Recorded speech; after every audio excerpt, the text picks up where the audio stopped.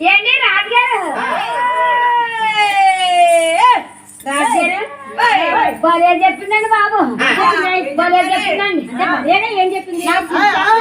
చెల్లని చెప్పడంలో ఏంటి చెప్పింది? భక్తులు తన్నాలు రాగబల్లావు, పిక్కలు తన్నాలు పెగరబల్లావు, తోకలు తన్నాలు తొలిచూరు పడ్డా, ఏట గుంచిన పాలు చల్ల, పోత గుంచిన పాలు పొద్దల్లా చల్లేనంట. దొడ్డులో నాయావు దొడ్డు అంటే ఎలుగు, ఇంటిలో నాయావు ఇదంతా ఎలుగు, ప్రతిలో నాయావు ఎలుగంట.